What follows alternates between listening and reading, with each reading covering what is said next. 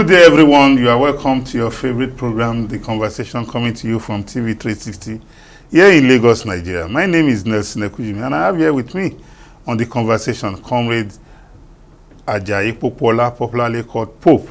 He's a public affairs analyst as well as a farmer. Comrade Popola, you are welcome to the program. You're welcome once again. Yes.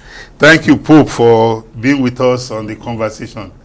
On this day, we want to look at some pressing national issues, and the top of the bill is this current debate going on here and there at a Coliseum for late Professor Benoit Boueze.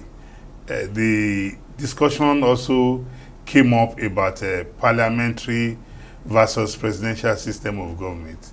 Some persons who have who have been, practitioners of the presidential system of government, whether as governors or as whatever political office they have now come out to say they are in support of parliamentary system of government. And, in one of our editions of this program, we talked about the fact that both parliamentary and presidential system of government have their pros and cons. A lot of persons who have canvassed the parliamentary system of government have hinged their campaign on the basis of the, humongous amount of, or how wieldy the presidential system of government is in this, lean times of resources. But some of us have said governance goes beyond looking at the finance. It's about efficiency. How can you deliver on, the dividends of democracy to the people? So if you ask me, like I stated earlier on, I'm home and dry with the presidential system of government. I need to be educated more. I need to be sensitized by those who are canvassing the parliament, because I don't see what advantage the parliamentary system of government has over the presidential. Okay. Well, you are free to hold your opinion. Absolutely. And, I would say our generation cannot perfectly discuss parliamentary system beyond what we've read and of course what we've read generally, and as we are seeing it being practiced elsewhere. Effectively, I know we can discuss presidential system. Yes. And that we've seen all. For me, in fact, the last symposium you referred to, and given the character the symposium was built around, that is Benoit Boueze. Yeah, to me, I felt that the symposium ought to have come in its lifetime, because Benoit Boueze was instrumental to the destruction or to the birth abrogation. To the birth of the centralized system of government. It was one of the drafters of Decree 34 of 1966 that abrogated the centralized system of government. That is the parliamentary system of government itself, with the incursion of the military in 1966. So, and of course, you alluded to the cost of governance in our own kind of presidential system, or even the presidential system of government as is, even America. But our own presidential system is warped. In fact, what we call presidential system here is a kind of unitary system, where order comes directly from one source. And of course, the federating unit not well defined. The federating units, even the No, I don't agree with you that the federating units are not well defined. Because as we speak, under the federal system of government that we practice, we have matters that are solely on the exclusive list for the federal. We have those that are on concurrent list. And we have those that are the concurrent list are those between that the federal and the state share responsibility. Yes. But when there's a collision, the federal authority supersedes the state. Then we also have residual, which is domiciled only in the states that the federal does not even have the power. So I don't agree that there's no demarcation. No. You see, what you are saying is just on paper. Okay. Now, the current constitution says, just an aberration of, go back to, Yes. says the state governor is the chief security officer of the state. Yes. Meanwhile, in the command structure of the police, as the Nigerian police now, yes, he has no power to order the CP around. The CP would rather take order from his superior. Yes. So then where is the power of the state governor? But meanwhile, the state, even the local government has power, the power to make laws. That's bylaws. Yes. The state government has the power to make laws. Yes, absolutely. But even your own system does not even give them power to enforce the law by creating agency of government that will enforce the law. So I don't want us to deviate. Okay. Right. So that is the aberration and undefined nature that I'm referring to. But the parliamentary system, has handed over to us by the founding fathers of this country. Given the nature of Nigeria, given the complexity of our constitution, that in terms of composition, in terms of ethnicity, a diverse ethnicity, culture, and what have you, and even belief system. The best system that suited us then was a kind of a system that gives everybody, every region, the regional system of government that was practiced then. Yes, the power and the ability, to enforce, to implement your develop your development agenda, enforce, pursue it. Then we have the regions had control over their resources. Yes. They only pay taxes, yeah, to the federal. Yeah. So whereby about 50% of the resources gotten from each region is domiciled in that. In the region. So they have a whole lot of resources to deal with. Yeah. Then even the presidential system as it was then, for you to be the president of Nigeria, the premier of the prime minister of Nigeria, yeah, you don't need to campaign across the country. You have parties. Yes. Parties. In fact, you have independent candidates. Yes, so all you needed to do. I hope our Gen Zs are watching. They'll be able to get the education from all this analysis. All you needed to do was to campaign within your constituency. So if you belong to the same party, for instance, the party will campaign, you have general manifesto, general program that will be sold to the people.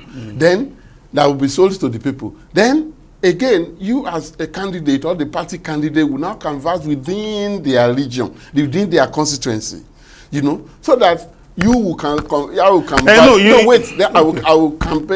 canvass for vote in Mushin, for instance. Yes, you that's go your to constituency. That's my constituency. Yes. You go to Agege Yes. to go and convert. Yes. So by the time we now meet at the center, if we are elected, and our party becomes the majority, the party with majority, the party will now form government. Yes. So where the cost now comes in. Yeah.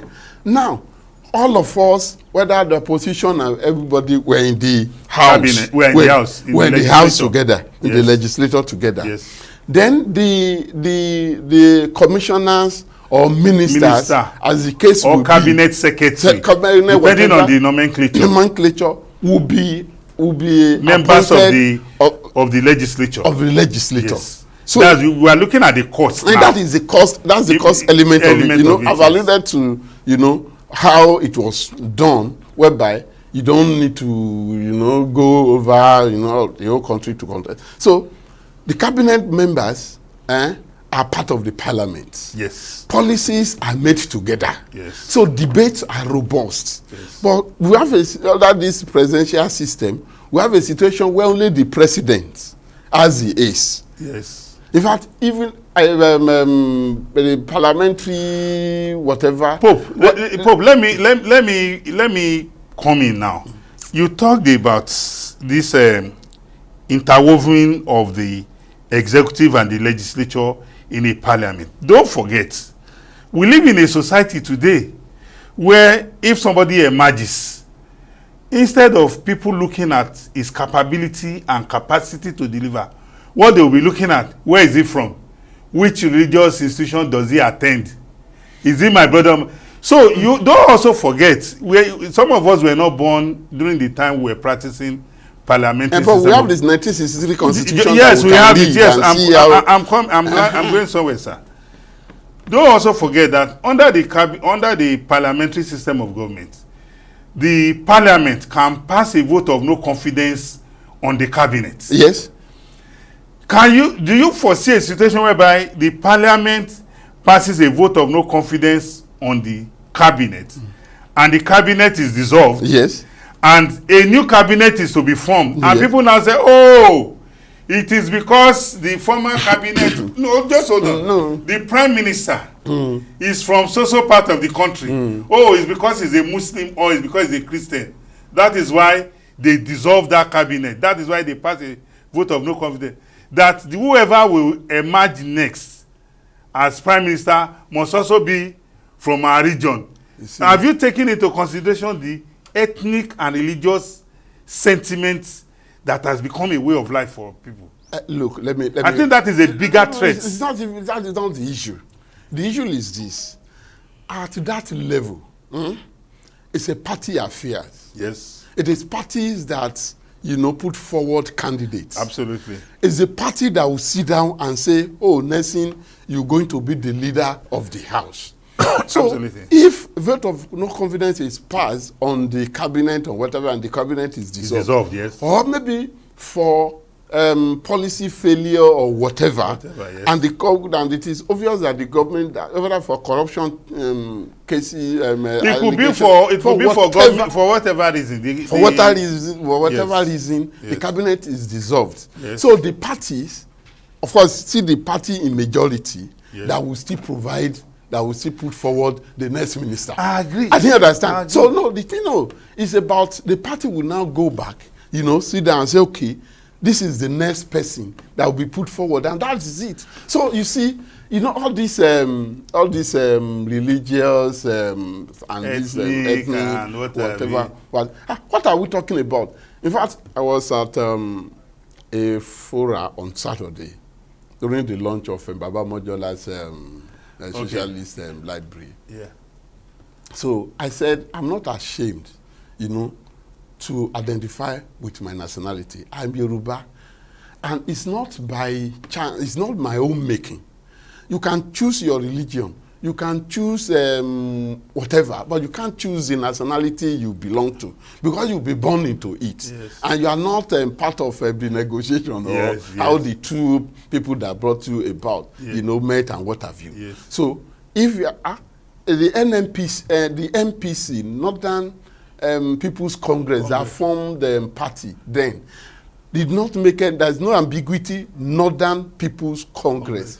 And they have their local name, Arewa, Mutani, whatever. They gave it local name. It is a northern party. But the northern party was able to form alliance with other party.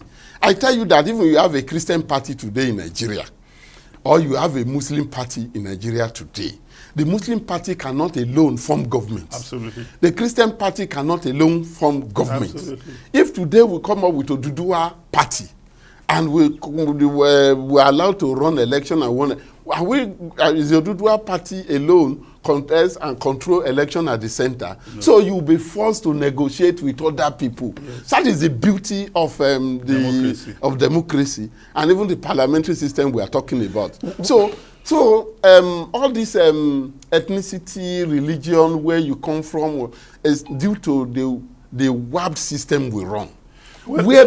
Whereby today in Nigeria, recruitment into federal services or government services is not based on merit. It is based purely on where you come from and maybe your religion. But if we, that is why some of us are taking another look at this kind of system we run. Let us devolve power, Is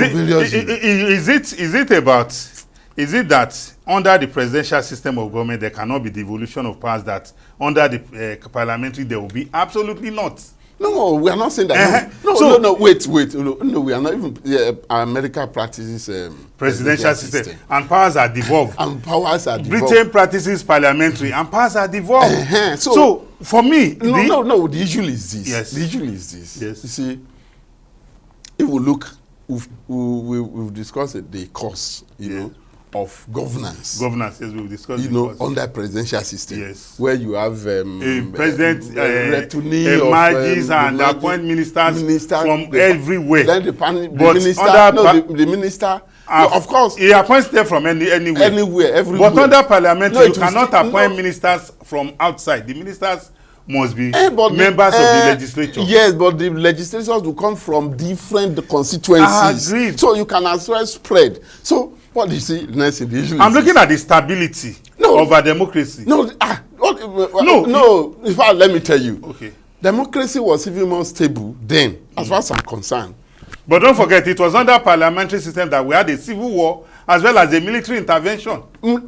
Yes, I mean, we had the military intervention under presidential too now. Absolutely, I agreed. Yes. So it is because of the wrong-headedness of the military then, because these guys were trained to defend the territorial integrity. No. They were trained to destroy and to loot. That's the essence of their whole training. I don't agree with you. No, it's to destroy. They destroy enemy, and if they are alive, whatever they can take, they take home. That is the whole essence of their training. So that is the same mentality they brought to the governance. But don't also forget that this same military, we have seen them embark on construction of legacy projects. No, I said they are core competence. They are core competence. They are trained to destroy the enemy. Then, if allowed. So when they get into office, they see any opposition as an enemy. As an enemy. Even okay. The other day we were discussing agriculture, and I said, according to the plan of Western region, by 1971, the West will be self-sufficient in dairy production. Dairy production. Yeah. Then thereafter they will start export, whether to other part of the country or other part of the world. Yeah. And they had ranches across the Western region. Then they went out to buy special breeds of cows and what have you. Yeah. Well, this is where we want to call it a wrap on this first stanza of the program. We leave the conversation for Nigerians to decide in the coming days. Well, ladies and gentlemen, we'll go on a short break. We'll be right back. Please stay tuned to the conversation on TV 360. We'll be right back. Thank you.